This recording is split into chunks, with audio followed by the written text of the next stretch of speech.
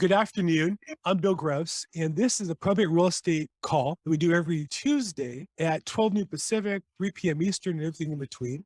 I'm a graduate of the Probate Mastery Program and one of Chad's coaches and a regular attendee on this call. Also, practitioner primarily in probate real estate. I'm really excited today to have a guest. Zachary Beach is an expert really in helping us figure out how to invest in properties. I think that this program is about half investor and half real estate agent. As a real estate agent or broker myself, it's important I also build wealth by investing in real estate. And so there are times it makes sense for us to step up our game, offer more service to the prospect, as well as be able to deliver them value and deliver value maybe to ourselves as investors.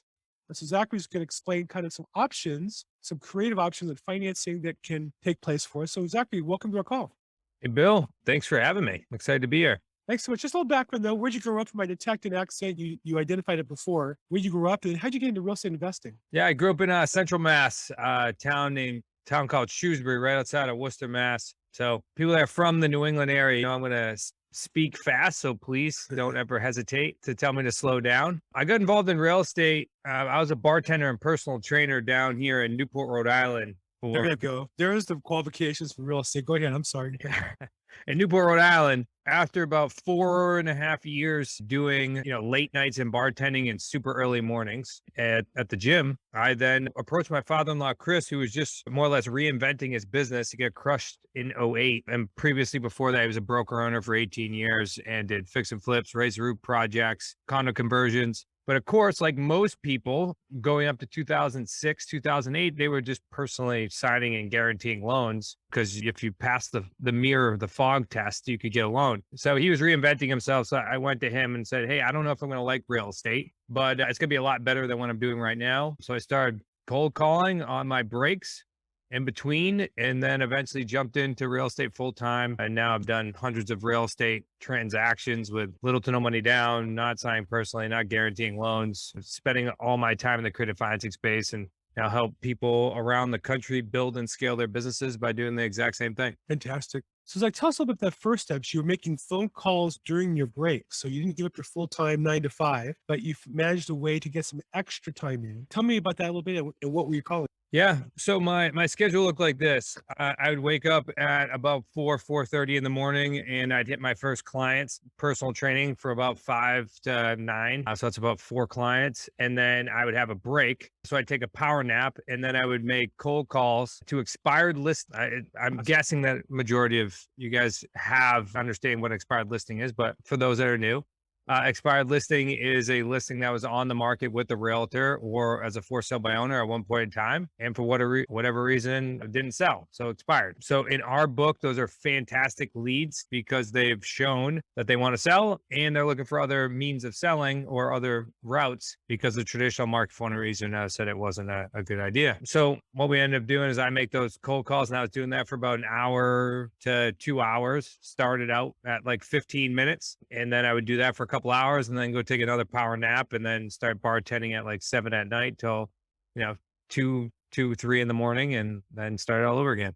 So for the new people that call, expired listings were back in the days when we were younger. Not every listing sold in like 10 minutes. There were actually listings that didn't sell after being on the market. I'm exaggerating a little bit. And there still are expired listings today. Not as many as they used to be, but they're a little more challenging, but there still are. Sounds to me kind of like people starting with a workout program. You had to build that muscle, that you weren't Superman on the phones, but you actually had to work your way up to it. Describe that process of that. Yeah, I'm glad you bring this up because a majority of the people that we train and partner with and buy and sell real estate with, they're brand new to real estate, or they're adding it. They're new to real estate investing. They could be realtors and have that retail side. But really, one of the biggest fear is reluctance of the phone. And really, the reason why most of us have reluctance of the phone is because we're entering into something new and we don't know what the other person on the line is going to say or ask us, and we don't want to sound like idiots. So that fear of not knowing what to say then comes into play, but that imposter syndrome per se. So now when I first got started, I would just make phone calls. I would work with our scripts. I would see how far I could get into a phone call. At first it was like a minute. They give you one rebuttal and you're like, oh yeah, I got to get off the phone.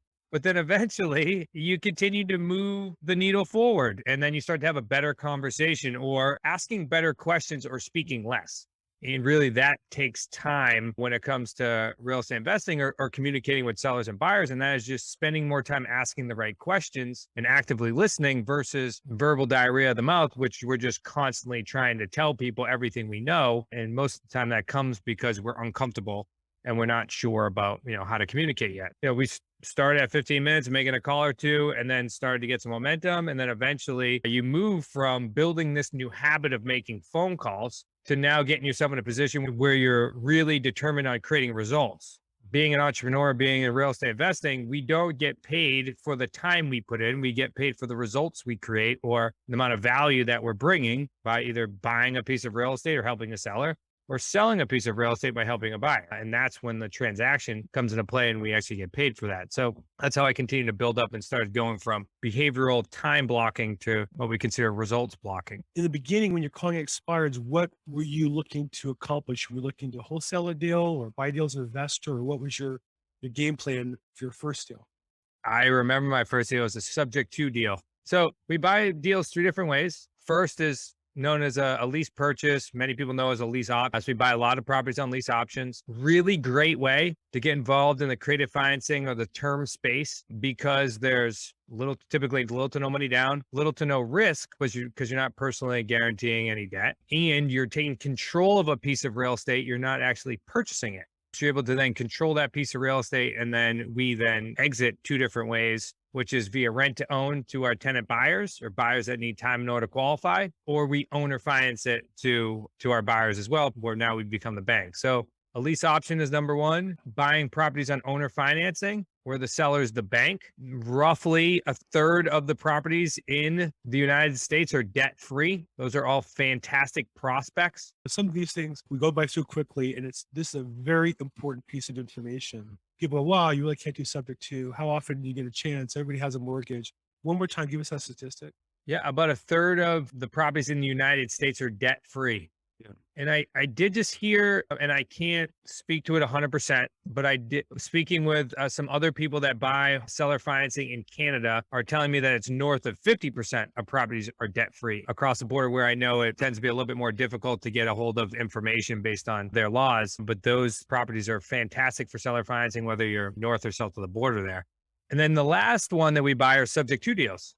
So that means that you're utilizing the current debt that's on the property. You're buying it subject to that existing financing. And that was what my first deal was. My first deal was a Sub2. And so when I look for properties, we're looking for those three main strategies. We don't wholesale. We don't buy retail. We're not typically your cash buyer either. We're specifically looking to solve problems via creative financing because when my family reinvented itself and went back into real estate out of '08, we created these new rules that we had to stick by, number one, in order to get back involved, which was not to sign on debt, not to raise large amounts of capital, not to put down large down payments. As we grew our business, it now went from rules that we had to live by to rules that we now choose to live by. Because why would we now go a different route if it's been successful as we've come up throughout this process? Because and we can talk about the shifting of the market and how that looks, but I mean, none of us or our students are worried because we're sitting in a very risk averse position when it comes to all these things. So you start off, I'm sorry, I forgot the date. How long ago was it that you started your first deal? That's over 7 years now. 7 years ago. And today, what does your business look like? I know you do some coaching. I know you do financing or you do some in your own business as well. What does your overall business look like? Yep. So we have multiple seven-figure businesses, but one is specifically we have our buying and selling entity that I partner with my father-in-law and brother-in-law. And we buy real estate up here in Southern New England, but then we also have a coaching company, Smart Real Estate Coach, where we teach people the exact model that we built with our business up here. And now have people, we're in 80 plus markets now around the country in the trenches helping people do deals. I don't coach investors. I try to help them because I come across investors as a real estate broker. I am an investor and, I have my own channel where I'm constantly interviewing different programs and coaches to encourage people to get started. What do you see as the one thing that holds people back from getting started that you're able to effectively get that first deal going so they get into action? So many people I meet, they study, they go on calls, they go on Bigger Pockets podcasts, they read books, And 5 years go by, I never buy anything. And then occasionally meet somebody who just jumps in and buys something. And then next thing they're buying 5 and 10 properties. What's the difference, or what's the thing that gets people initiated, started? Well, there's typically three things that we've discovered that hold people back from getting started in real estate. One is they don't believe they have enough experience. Two is they don't believe they have enough time.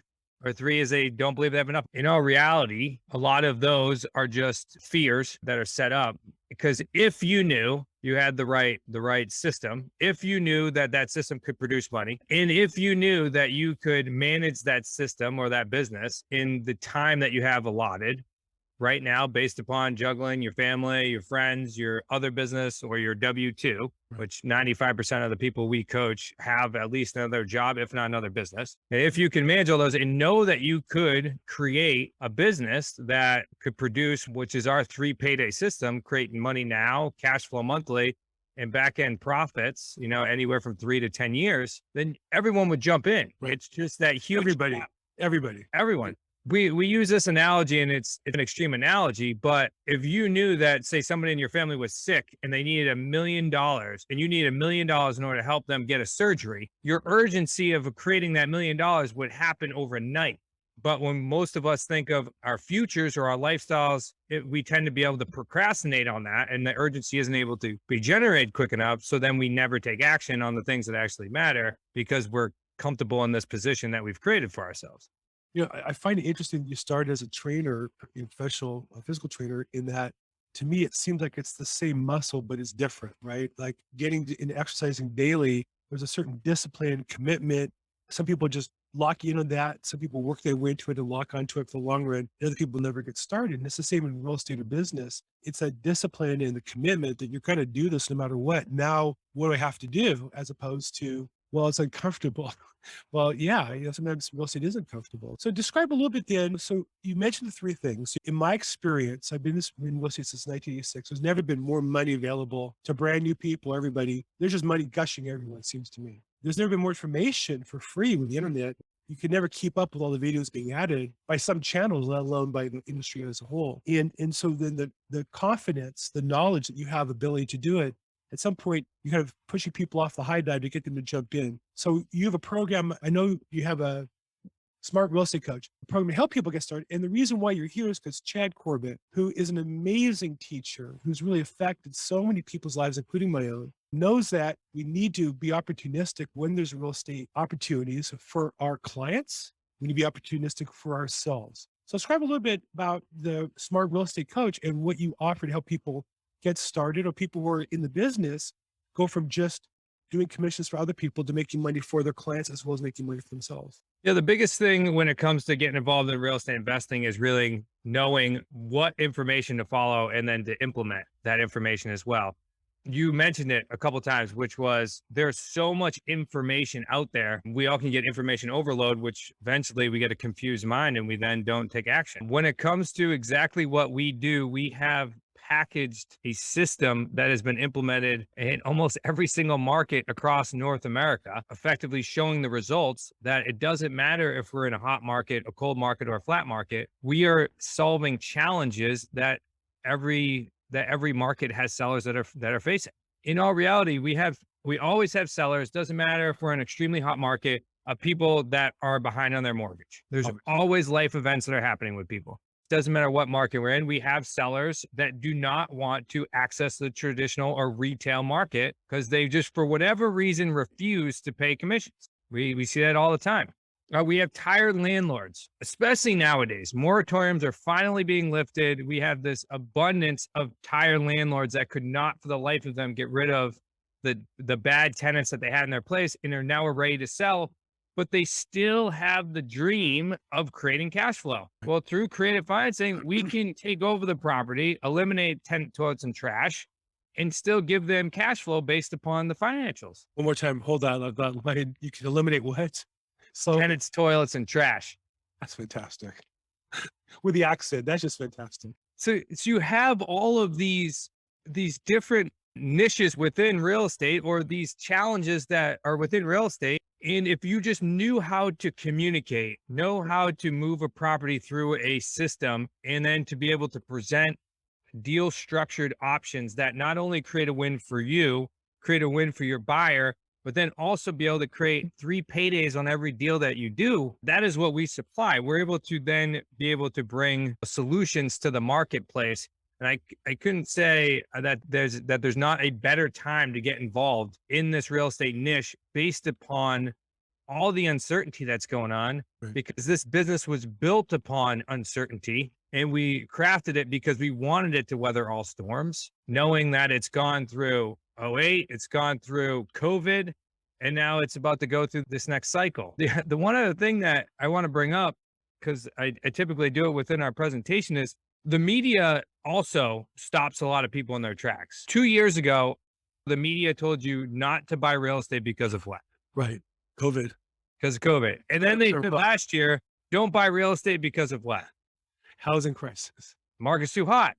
Then this year they tell you don't buy real estate because of what? It's actually housing crisis. Because we got a crisis on our hands and the market's about to crash. So the way we've set up our business is to be able to navigate and weather those storms, because Right. we don't have a mass amount of debt that we're personally guaranteed on. We're not going and raising a bunch of capital, and we don't have a bunch of bank loans out there. So it doesn't matter what the market does and how it shifts. We just continue to remain in these deals and create our cash flow. I've been saying this every week for the last 2.5 years. There's never been a better time to be involved in real estate to create income or wealth. And it gets better every week because there's more uncertainty. And if you have certainty, you can navigate the market where other people can't. So look, for those of you on the call, this is a close friend of Chad's, and his family's a close friend of Chad's. They do business together. It's because we're already talking to families about property. If you're prospecting, either talking to families or attorneys, you're already in the hunt. You're already close to the deal. You're already in the marketplace. And this is just another tool for your toolbox, whether you offer it to the client to dispose of the property or be opportunistic when it's appropriate. And I understand I'm a broker. You have to be appropriate about these tools, appropriate to take advantage of them yourself as an investor when the opportunity presents itself. Here's a chance to talk to a master coach who's done hundreds of deals within his team, his own business, within his team and coaching. Feel free to raise your hand if you're on the Zoom call, or put a question in the chat box. And the first question I want to handle a little bit. The questioner says, I'm old school. I am also old school. It used to be legally possible to take over loans subject to. However, he's saying this changed decades ago. Why do investors concerned about banks calling loans due because of the ownership transfer? He doesn't understand. So first off, is it true that you can no longer do subject to because banks always call the loans due? You can absolutely do subject twos. We do them consistently.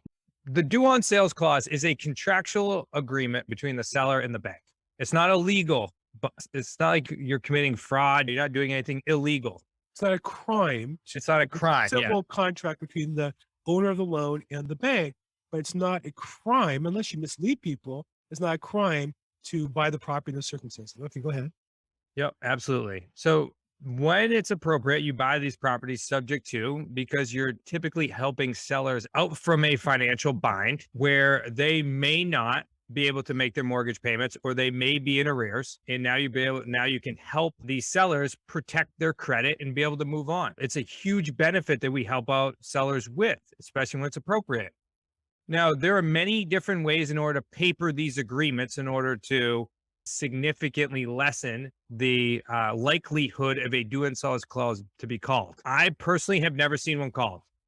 We had a good friend of ours that was in Pennsylvania, and his attorney simply said to him, hey, there's some local banks calling some loans due. What we're suggesting we do a contract per deed instead. So just another way to take possession or ownership of a property, just another way to paper it. And I'm not going to go into a long conversation on contract for deeds and land contracts, but just know there's so many different ways in order for you and your attorney to go ahead and paper these agreements. So that way you can help out the seller and you get the benefit of ownership. So what was the way you paper it? There's also an insurance program, I believe, that you can get. Yeah, I was just going to do. Yeah, I was just going to say that. Yep. Like a whole new industry, right? So I have clients who are big time wholesalers, and that's what they do in these sometimes is they'll tell the seller they'll pay for it. It comes out of the profit or comes out of the deal somehow. There's ways to do that as well. So these are being done. And I think that's the key thing is we can always find excuses not to do anything.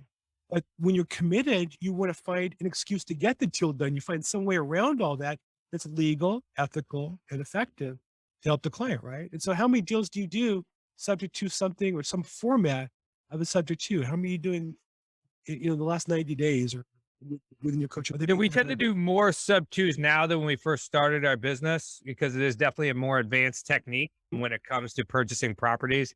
I would say it's like 1 to 2 out of every 10 ends up being a sub 2 deal. We're now doing more sub twos with a seller carry, meaning that there's equity in it because of the way we're structuring. We would rather take ownership, even if there is equity, versus doing one of our other techniques, which is the lease option, which tends to have equity in a mortgage.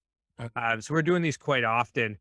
Let me say this because I know that we're trying to talk about an entire industry in about 45 minutes with the questions. These are things that have taken me years upon years upon years to be able to really break down, understand, communicate, and that's exactly why we teach this and get in the trenches with people so we can help you implement. But the other piece is you can always look for reasons why it doesn't work, and then you can always look for reasons why it does work. Yeah. And the reason why creative financing is such a magical place, and Chad Corbett actually said it to last week. We had him on our kind of similar sit down here that we have to our audience. And he basically said, like, you're running in a different direction from everyone else. That's why we're able to create significant profits in our deals and help out both buyers and sellers because nobody is willing to take the time and the effort to learn these techniques in order to get these things done. They would rather run in the similar position, which I'm sure you're hearing, especially those who are in the realtor space, wholesale space, fix and flip, that there's no deals, deals aren't viable, and market's too hot. We're still doing deals. We still have these creative financing deals where terms that most people ask us why a seller would ever do that. And it's because we're providing solutions to people that other people don't know how to do, or they're not willing to learn how to do. So this continues to bring that advantage to the table for you. It doesn't matter what industry you're in or what market you're in. Right. Yeah. There's a phrase, ride to the sound of the gunfire, that the cowards run away, but people committed to the cause will ride towards it. I'm in real estate. One way or the other, I'm talking to people every single day. And I would say the investors I deal with find a way to work these things out. And when they work it, they work it and work it and work it over and over again and make a lot of money. Again, this is Zach Beach. He's a smart real estate coach. His father-in-law is, we've heard Chad refer to Chris Prefontaine. And so Zach is married, I guess, to Chris's daughter, and they have good enough terms. He's here on the call with the smallest face, so I guess we're doing pretty good. Zachary coaches a Smart Real Estate Coach, which is a program that helps people learn how to invest. And again, whether you're talking about helping your clients do these programs, I imagine it's hard to learn a one-off and have the confidence to do it. But more important, as an investor or a real estate broker, come across these deals, take the opportunity to make the income, make the asset that you want to for your family that you want to do with that. And I think that's the key. Steve says that we have to start with value. If we help other people out of their problems, these are just some ways to do that traditional real estate may not get there. Okay. The question is, are you flipping a subject twos? I don't see subject two working for a lease option. I think not. If you're able to get the deal papered properly, you have nice cash flow. Why would you ever flip it? You keep it forever, right? So our primarily two exits are rent to own, or we would utilize what we consider a wrap mortgage in order to now sell the property, and we're now the bank. We are exiting a majority of our deals. I would say 95% of our deals with these versus being long-term buy and holds. And that's just because we have made a conscious decision to not be landlords. When we sell our properties to our buyers, they are act like homeowners. So we are not getting calls in the middle of the night if the toilet's, not working or the fridge is broke. We're passing along all of the responsibility to our buyers, and we're simply collecting a monthly check and helping somebody, because we have a very systematic process in order to help somebody go from unable to qualify for a loan today to then be able to qualify for a loan. And we have a very high, it's over 90% completion ratio with our buyers. And right now, and I'm sure you guys can all allude to it, Bill, sounds like you're in the retail space. As the interest rates are rising by the droves, buyers are now unqualified to become homeowners based on their DTI because of the interest rate. All of those buyers now become fantastic rent-to-own buyers for us because all they simply need is time.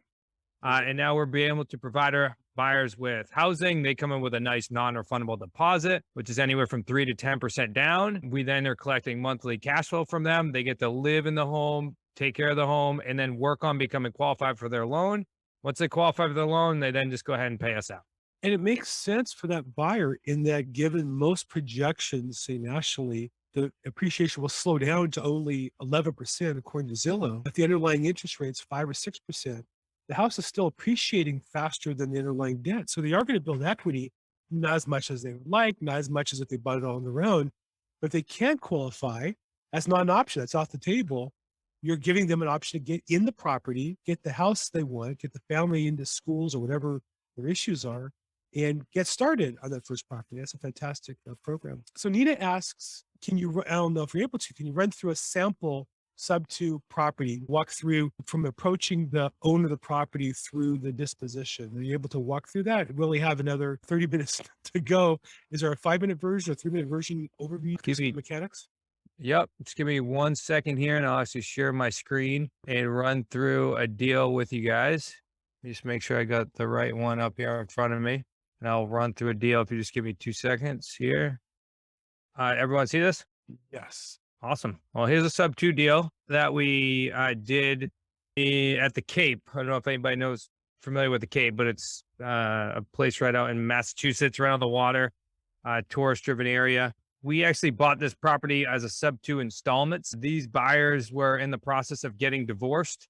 The wife was on both the title and the mortgage, and the husband was only on title. So as soon as we closed on it, we only had to deal with these people actually racked up a bunch of credit cards. They were getting together and they decided to rehab a property utilizing Home Depot loan, Home Depot credit cards, which I definitely don't advise. So the reason why we created the installment sale is we were trying to help them solve their problem with some of their credit card debt. So we purchased this property for $355,941. We sold it for $425. It was originally on the market for $425. For one reason or another, it didn't sell. And so we actually went and put it back on the market again for $425. We sold this property as a lease purchase with the option for owner financing. So this is a technique that we use. We sell it rent to own first to our buyers. And if we have the ability to finance them, we could potentially do so, but we want to make sure that their non-refundable deposits are coming in on time, the rent's coming in on time before we transfer title. And we usually do that over a 2 to 3 year period. So we're looking at our payday one here, which is our non-refundable deposit from our buyer. And that was $41,000 down. So just about 10%. Our monthly payment to the seller's bank is $20.24. So that's PITI. The payment from our buyer every single month is $24.97. That means we're getting a $473 spread. These are based on the 29 months on this deal. It's probably going to go longer, but we want to be conservative in the projections for you.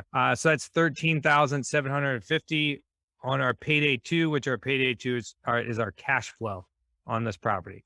Our payday three is the premium that we sold the house for. So we bought it for $355. We sold it for $425. We also include our principal pay down. So out of this $24.97, $569 as we make the monthly payment to the mortgage is coming directly off of principal. It's reducing the principal balance. So over the 29 months, that's $16,000 in equity that we're building into this deal. We already collected $41,000.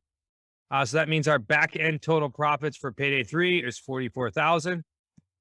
This property was in arrears for $4,100. They're about to go on their third payment. So we went ahead and paid that payment up. So if you add up our three paydays on this deal, it's $95,177. And so when you bought the property, it was expired listing, you paid $355. Yep. You already had the buyer through some sort of marketing where you have buyers who are looking all the time and you were able to pick one, maybe have a list and say, hey, we have something for you, might be interested, or how did that work? Yeah, we've grown a list over time. The way we approach the buyer side is different than, say, a wholesaler.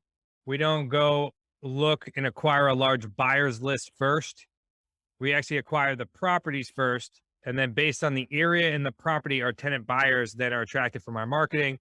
Then over time, we have a larger list. These buyers, it took us about, I don't know, I think it was like 30 days. It's in a great school system to fill this property. And so these buyers basically, they're responding to a rent to own or lease to own type situation. They put down less than 10%.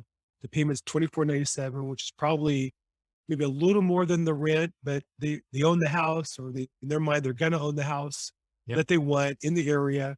and they have a plan to get there. And as long as they deliver, you're glad to deliver to them in those terms, right? You can be happy. 100%. Hand it back to them and get your payments. And this was a subject to the purchase of 355. Yeah, the purchase of 355 included, it was the exact mortgage balance, plus it was, I think it was 2 payments of $5,000. That's what we call the installment. We paid $5,000 the following year after we closed on it. So we paid closing costs on the $4,100. The following year, $5,000 was due. And then the following year after that, $5,000 was due. So we actually spread out the installment over 2 years, even after we took title. So you were like treating the spread on those payments like a lease option, if you will. That's interesting. And with that, I just wanted to clarify on the cash flow, were you giving any credit to the tenant buyers towards their purchase, or was it only their option fee was their only credit? The latter. The monthly does not, none of it counts, is credited towards the purchase. Only the non-refundable deposits count towards the purchase. This is something that we worked on with a mortgage lender, and it is something that we do differently than most of the other industry does in the rent-to-own space.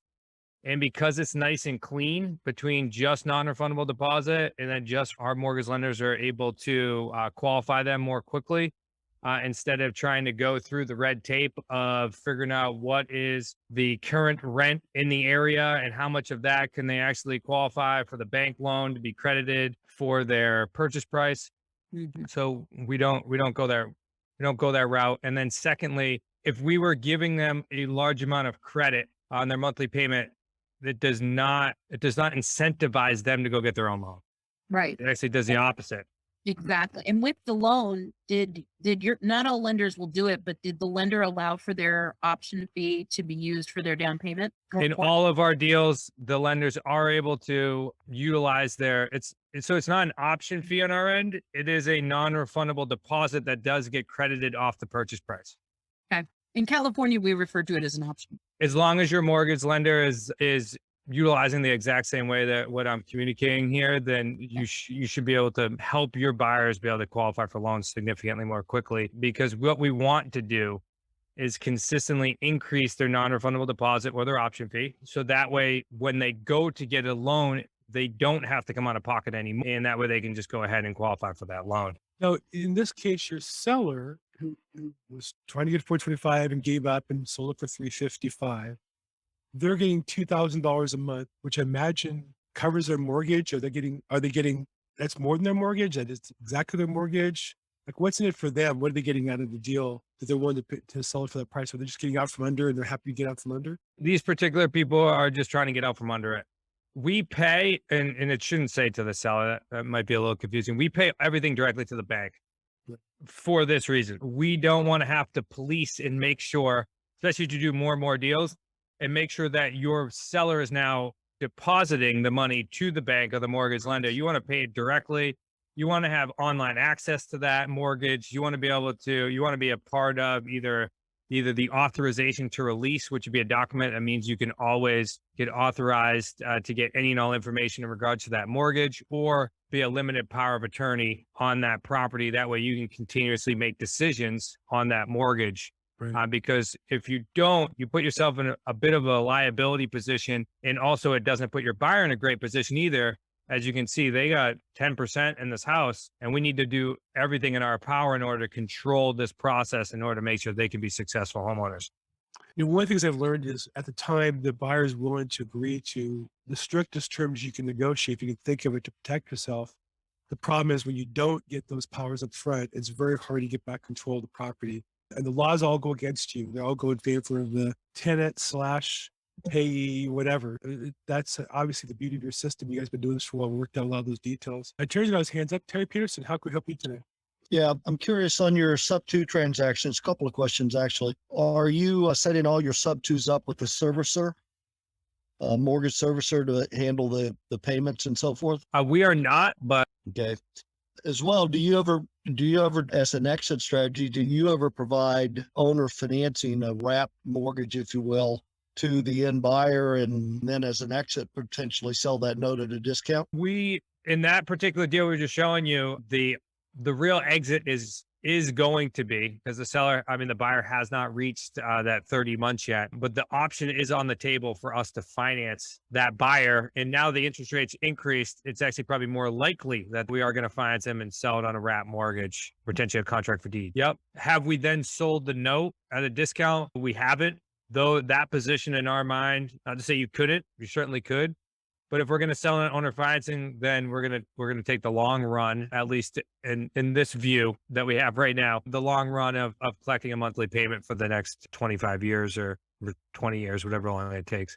Yeah, the note sales are usually such a discount that it really is. You have to have huge margins to make it make sense. If you hold over 2 or 3 years season, you usually get a much better term if that's what you're going to do, or if they refinance out of it anyhow. Good, Terry. Thank you so much. One of the questions that come up is another obvious question is, where do you tend to get your deals from? I mean, you mentioned in the beginning, you started calling expired listings. This was expired listings. That's still a key part of your program. Are there other parts? Are they the same that other people do? Or is there some magic sauce in that too? Funny thing is there's typically not a lot of magic sauce. We have different options compared to most other investors out there. And we're not, so we're fishing in some of the same ponds, but our conversations are completely different. Expired listings are still part of our bread and butter. We still are getting plenty of expired listings, depending on the market you're in. Still doing deals for sale by owners, still doing deals for rent by owners are fantastic right now with your retired landlords. And then very specific niche lists like high equity, absentee owners, vacant houses, all great places. Our properties tend to be the nice move-in ready homes. So we're not dealing in the ugly home space, strictly in, I guess you'd consider like the pretty house space. Got it. Got it. I see a question. I know the next step when you answer this question is asking, do you have a realtor in your group? And we're going to have 50 people volunteer to be that person. Is there a realtor in your group? I guess it's listing properties or buying the MLS for you or disposing of it. How does that work? Yeah, we encourage each and every one of our associates, depending on their market, to be communicating and working with realtors for 2 different reasons. One is obviously the buyers right now. Many of you had buyers or realtors had buyers that could qualify that no longer. And then on the other side is if you're coming across properties and you don't know how to structure the deal, but you know that there's another route that a seller needs to go, we do give referrals on that end as well. There's a deal that I typically would show in our presentation, which was a realtor referral, and ends up being, it's like an $84,000 deal. We do a lot of business with this realtor. But because he was unable to structure the deal, he lost on about $84,000 worth of income. So I encourage you, because we have realtors that are in our group that are now realtor investors, I encourage you to understand the process and be able to offer some of these to your sellers. So that way you can become more of a one-stop shop where it comes, hey, look, I can list your property and this is what you get, or I can buy your property and this is what you can get there as well. So you can solve more challenges and be able to build out your portfolio. Those of you that are realtors, wholesalers, flippers, my guess is you're throwing away deals or coming across potential deals that you just don't know how to utilize. And now they're being passed along to somebody else. So if you just have more tools in your tool belt, you could potentially structure more deals specifically because you're already out there trying to get deals. Sandy asked a question just for anybody on this. Are these sessions recorded? The answer is yes. Probably Mastery, the website, you'll see all the past sessions. And then I believe this is being live streamed into the Facebook group as well. Probably Mastery is a great Facebook group for you to check out for both of these sessions and asking questions and networking. I always tell people that to be successful, you have to have 3 things. It sounds like Zach has in his program too. You have to have a leader or a coach or a trainer or the visionary. I think in Probate Mastery, that's Chad. You have to have kind of a system or program or book or methodology that you follow. And I think Probate Mastery has that through the coaching program. And it sounds like Zach has it in his program. And third, you have to have a community, a place where people can work together, share each other's victories, encourage each other when there's defeats, pick them back up again, get them started again. So Probate Mastery is a great resource for all those things. Chad's there. I try to help out as well. You have the Probate Mastery class, but also you have snippets of it and on the website, and then also as a group. So feel free to the Probate Mastery Facebook group or probatemastery.com, and you'll see on the podcast the past issues. This will be a past issue posted in a couple of days. Okay, other questions, comments, you raise your hand or put in the chat box, or if you're brave enough, just unmute yourself, family style, trying to jump in and I'll comment. But here you have a master real estate investor. You have a few minutes left today. Again, this is Zach Beach. He is the smart real estate coach based in, if you couldn't tell, in the Northeast. Wicked smart is a classic term for people from the South Boston area. Can you describe a little bit what, if I was interested in more, Zach, what's your program look like? How would I get involved, and where would I find more information? Yeah, great question. And thanks for asking. So we have a couple different ways to get involved. One, you could always do a self-study. We have what we call our Quantum Leap System, our QLS home study course, where we dive into absolutely everything from how to acquire leads, how to speak to those leads, how to nurture those leads, how to then structure your deals based upon our techniques of owner financing, seller financing, and subject twos, how to then exit your deals with an entire buyer's process. We have all the legal documents that you'll ever need as well. And from there, within this program, you can certainly implement every single thing that you would need to implement day one when it comes to buying and selling real estate without cash, credit, or banks. I did want to make sure that because we were sitting here on this call here, I did want to make sure that I gave you guys as much as I could possibly give you. So we did have a conversation with our team, and we were going to give away actually our entire academy for you guys as well. So let me just quickly walk you through that. I'll do it in about 3 seconds here, and then I'll give you guys a link to go ahead and get involved there, or even just at least get your free reads here as well. So I'm just going to quickly share my screen for you. So when I look at our course, it just starts with our first mod, which is to launch and implement the QLS home study material. Mod 2 is, of course, the trackable and predictable systems, and then all the lead generation and lead source you need for 6 to 7 figures. Mod 4 is all the scripts you need for our students. Typically do 2 to 4 transactions. How to structure assign out deals. We didn't talk about that today, but you get paid once on the assign out deals. Think about it as more or less wholesaling a lease option contract. Then you have the entire module on owner financing, entire module on buying with lease purchases and selling rent to own.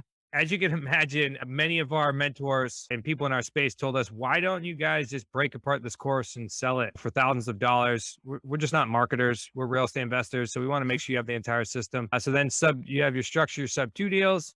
Mod 9 is launching your property and getting home sold. And then becoming a transaction engineer, which really means how to utilize all of the systems that we've talked about there and when to use each option. And then all of our contracts for every single one of the deals that we do. Typically on our course, you'll see it for $14.99. We follow this genius model, which is exactly what we teach on a day-to-day basis, which is mindset, skill set, and your systems. So we did create this entire academy with all of our support products. And we wanted to make sure you guys got our entire academy. That way you can save tens of thousands of dollars today. So those are all of our bonuses that you'll get included as well. All you have to do is go to smartrealestatecoach.com/probate mastery. And it is $497 for you, or $497 and $47 a month. It's just smartrealestatecoach.com/probate mastery. Also, we didn't show you all the free gifts that you guys would get as well, just because we ran this a little bit differently today. If you just go to that exact same link, you will get all of our gifts there. If so, we want to make sure that if you're just dipping your toe in, you said, hey, I just want to look at some free gifts, totally get it. You'll get all of our books, both of our Amazon bestselling books, and our Deal Structure Overtime book, which walks you through all of your deals. You'll get a free strategy call with us as well, and our micro course on our tool. Those of you that are serious and want to get involved and want to start implementing this immediately, you're going to go back to that same link, which is smartrealestatecoach.com/probate mastery. You could dive right into the Wicked Smart Academy as well. There is a 30-day money-back guarantee as always. So that would be your best bet to take your next steps when it comes to getting involved in the creative financing space. Fantastic. And I think the thing that I find is real estate agents, investors will accidentally sign up for data that they're going to mail out postcards to, and they'll get 300 or 400 leads, mail them out, $1 a piece total cost, mail them out for 6 months. It's a couple $1,000 investment before you have a chance to even get one deal. Here you're talking about pretty quick investment where you could be doing subject to within a couple weeks easily following some of these programs, because they're going to walk you through the program as part of the academy. So it's a great program. I'm really excited to be part of it, offer it to you guys. I'm not involved in the financing part. I'm just here as a coach and as a participant. Okay, last questions. I think we cleared them all. I want to say anything else, Zach, you think I left off? The people on the call here are primarily focused already in probate. They're calling people who have properties, they're calling people who have a property to sell of some sort. Is there any particular experience in probate that you see that people can take advantage of? Not in terms of your offer, but in terms of they're already doing some of the work. It seems like the offers are right in front of them right now. I love that you brought this up, because last week, Chad came on to our community and walked us through exactly how to utilize probate in order to buy and sell properties through creative financing. Right. And we've had many conversations, Chad, my father-in-law, to create either a cohesive product. And I know Chad has actually been asking us to even bring some of this product into his own space, so that way he could offer our course in congruency with the probate. Because if you want to, we'll have to bring him on someday, but I believe one of his first deals with probate was either a lease option or it was a lease option. So this is set up specifically to work hand in hand. I did bring up probate in our lead sources because the assumption was you guys were already diving into probate because we're here in the probate mastery. So now you have lead sources, many lead sources, where you now have the ability to offer out these options. And I didn't mention this, but I mean, our average 3 paydays for the past 10 years is $75,000 over the course of about 48 months. Little to no money down. Now, if you have the ability to structure these deals on top of what you're currently doing, I'm not even saying to take away anything that's in your current box and saying, do one additional deal a year, 2 additional deals a year. You saw the $94,000 on a 30-month Sub2. Imagine just doing one of those. How many of those do you need in order to reach your financial lifestyle, your financial goals? And it's a great add-on for those that are already working in the real estate space or those that want to get involved. Really great risk-averse way to get involved in real estate. And you've been following Chad. This is a key part of his program. He's talked about the importance of these opportunities as long as I've been around him from the very beginning. He talks about his first deal being a lease option. He'll be continue to talk about it on the coaching, on probate mastery in the Facebook group. Feel free to ask questions there. If you guys get involved with the program, feel free to continue the dialogue there as well. Zach, look, on behalf of everybody here, I really appreciate the energy you brought today and the depth of knowledge and experience you're able to share with us in the program. Look forward to seeing more of you and your team here over the months as this kind of partnership with Chad and Probate Mastery develops. Thank you so much for being here. Really appreciate it, everybody. Yeah, thank you very much for having me. Appreciate it. Humbled always to come and participate in the group. Take advantage of the free resources along with the paid resources. And I saw some hands that went up. Feel free to just go to those free resources, smartrealestatecoach.com/probate mastery, and book that strategy call, because then I could sit and jump on the phone and answer some questions as well if we weren't able to get to them today. So I ran out of time. I found this fascinating. On one hand, I want to talk about the product. On the other hand, I really enjoyed learning about some of the details. So thanks for bringing so much good information to our group. Everybody on the call today, this is Probate Mastery, Chad Corbin's group. I'm Bill Gross, your substitute today. This call is every Tuesday, noon Pacific, 3 p.m. Eastern, everything in between. It's live streamed as well as it's nicely edited and packaged and put on the Probate Mastery website with all the past episodes. It's a great source to get information, to add to it, and then come back to the Facebook group with questions on this and other things. So thank you so much for being with us today. I'm Bill Gross. Really appreciate you guys. Thank you so much.